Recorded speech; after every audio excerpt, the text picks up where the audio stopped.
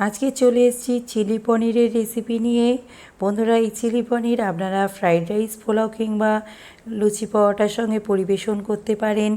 ताहले चलुन बंधुरा देखे नेওয়া যাক आजकेर रेसिपि। नमस्कार, आमी लुसि, लुसिर रान्नाघरे सकलके स्वागत।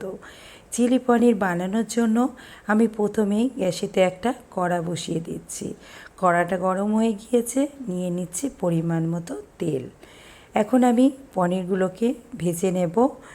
সমস্ত পনিরের টুকরোগুলোকে তেলের মধ্যে দিয়ে দিচ্ছি আর মিনিট দুয়েক নেড়েচেড়ে নেব। বেশি লাল করে পনিরগুলোকে ভাজবো না। দেখুন ঠিক এই রকম লাল অবস্থায় আমি পনিরগুলোকে তুলে নিচ্ছি। বেশি পনির ভাজলে পনির শক্ত হয়ে যায়, টেস্টটা কমে যায়। আর চিলি পনিরের জন্য পনির ঠিক এরকম হালকা ভাজলেই খেতে ভালো হয়। আর একটু তেল নিয়ে নিলাম কড়াতে। এখন দিয়ে দিচ্ছি রসুন কুচি, পরিমাণ মতো বুঝে রসুন কুচিটা দেবেন। দিয়ে দিলাম পেঁয়াজ কুচি। পেঁয়াজ আর রসুন কুচিটাকে কিছুক্ষণ ভেজে নিচ্ছি। বেশি লাল করে আমি পেঁয়াজ রসুন ভাজবো না, হালকা করে একটু পেঁয়াজ রসুনটাকে ভেজে নিলাম। এখন দিয়ে দেব আদার কুচি। আদার কুচিটাকেও কিছুক্ষণ নেড়ে চেড়ে নিচ্ছি। আদার কুচিটাকে বেশ কিছুক্ষণ নেড়ে চেড়ে নেওয়া হয়ে গিয়েছে। এখন তুলে দেব টমেটো কুচি। এখানে আমি একটা বড় সাইজের টমেটোকে ছোট করে কেটে নিয়েছি। টমেটোটাকে দিয়ে কিছুক্ষণ নেড়ে নেব। বেশ কিছুক্ষণ ধরে টমেটোটাকেও ভেজে নিয়েছি। টমেটোর দানাগুলো অবশ্যই ফেলে দেবেন। টমেটোটাকে ভেজে নেওয়ার পরে দিয়ে দিলাম ক্যাপসিকাম। ক্যাপসিকামটা লাস্টেই দেবেন। ক্যাপসিকামটা লাস্টে দিলে ক্যাপসিকামের কালারটা ভালো থাকে। আর বেশি ক্যাপসিকাম ভাজবেন না, তাহলে কালারটা নষ্ট হয়ে যায়। দেখুন বেশ কিছুক্ষণ ধরে সমস্ত সবজিগুলোকে নেড়ে চেড়ে নিয়েছি। এখন দিয়ে দিচ্ছি স্বাদ মতো লবণ। এবারে দিয়ে দেব হাফ চামচ চিনি, দিয়ে দিচ্ছি 2 চামচ সোয়া সস, আর দিয়ে দিচ্ছি 3-4 চামচ টমেটো সস। এবারে দিয়ে দেব হাফ চামচ কাঁচা লঙ্কা বাটা।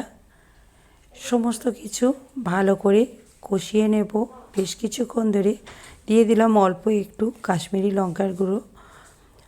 এখন গ্যাসের ফ্লেমটাকে লো টু মিডিয়ামে রেখে আমি সমস্ত কিছু কষাতে থাকছি। বেশ কিছুক্ষণ ধরে এইভাবে সমস্ত কিছু আমি কষিয়ে নিয়েছি। এখন তুলে দেব আগে থেকে ভেজে রেখে দেওয়া পনিরের টুকরোগুলোকে।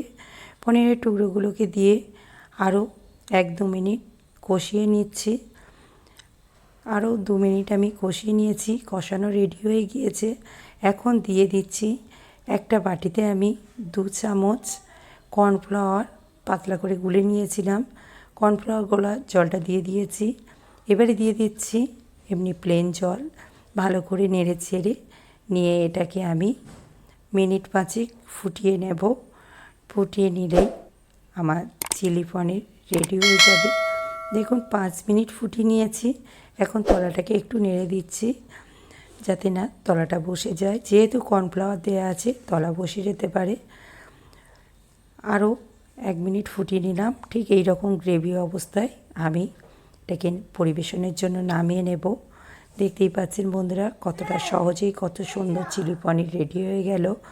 এই চিলি পনির আপনাদের কেমন লাগলো অবশ্যই কমেন্টের মাধ্যমে জানাবেন। রেসিপিটি ভালো লেগে থাকলে আমার ভিডিওটিতে একটি লাইক করবেন, অন্য বন্ধুদের সাথে শেয়ার করবেন। আর আমার রেসিপি যদি আপনাদের ভালো লেগে থাকে আমার চ্যানেলটিকে সাবস্ক্রাইব করার অনুরোধ রইল।